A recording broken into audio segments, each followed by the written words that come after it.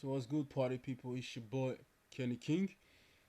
Today I'm making a reaction video based on the news that Al Jazeera just released against Africans being discriminated in China. The reason why I'm bringing this news up is because of there's a useless lady that works with this Buhari government that said that Africans are not being discriminated against. They refuse to stay at home for 14 days. The people that can't go to the supermarket, they can't go get nothing. They can't go in the bus. They can't walk on the street without being harassed. What do you expect them to do? They will die in the house. What if they don't have food to eat? But without talking too much, let's just listen to this news. Then after then, you can leave your comment down below. City leaders in southern China are denying allegations of coronavirus racism, insisting that foreigners are not being discriminated against. Africans living in Guangzhou say that they're being kicked out of their homes and face harassment as health workers step up testing for imported infections. The African Union, Nigeria and Ghana are calling on the Chinese government to address concerns.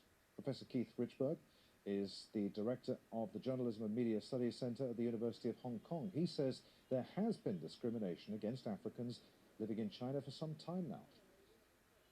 Ever since Xi Jinping announced that the virus was essentially contained in China and that they could start reopening businesses and reopening factories, the numbers have been going up, but they've been blaming all of those new numbers, those new cases and the new deaths in China on what they call imported cases, meaning that they've contained it in China, but people coming back into the country are bringing it along.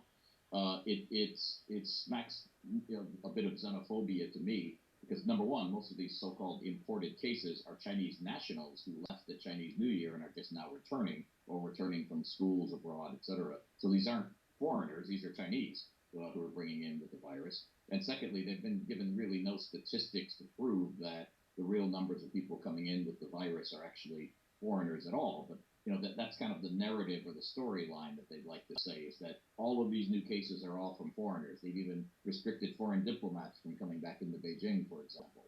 China has always had this kind of complex relationship with Africa, whereas officially, they see the African countries as brothers. Lately, China has put a lot of development money into Africa. They built the African Union headquarters. They built the railroad from Nairobi to Mombasa.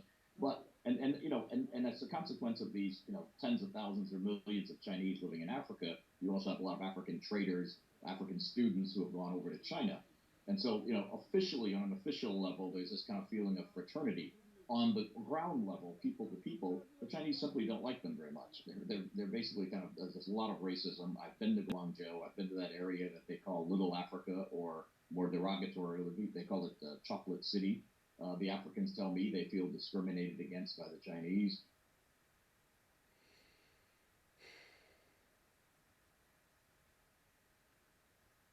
This is the consequence of a criminal government, mismanagement of funds. Man, fuck.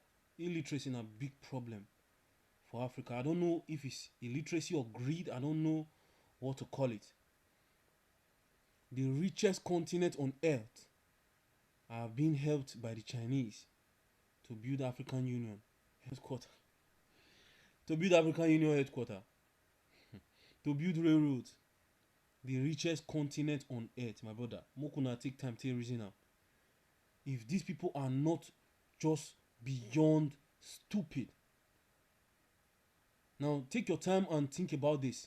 If this thing is happening to the Chinese in Africa, do you think the Chinese government will keep quiet? Keep their hands folded? It's not possible, my brother. Look at the way they are dragging Africans as if they are dogs or cows or goats. I don't blame nobody. Until our leaders wake up, until the youth of Africa wake up, we are going to continue to face this problem and nothing is going to be done about it. And a good night.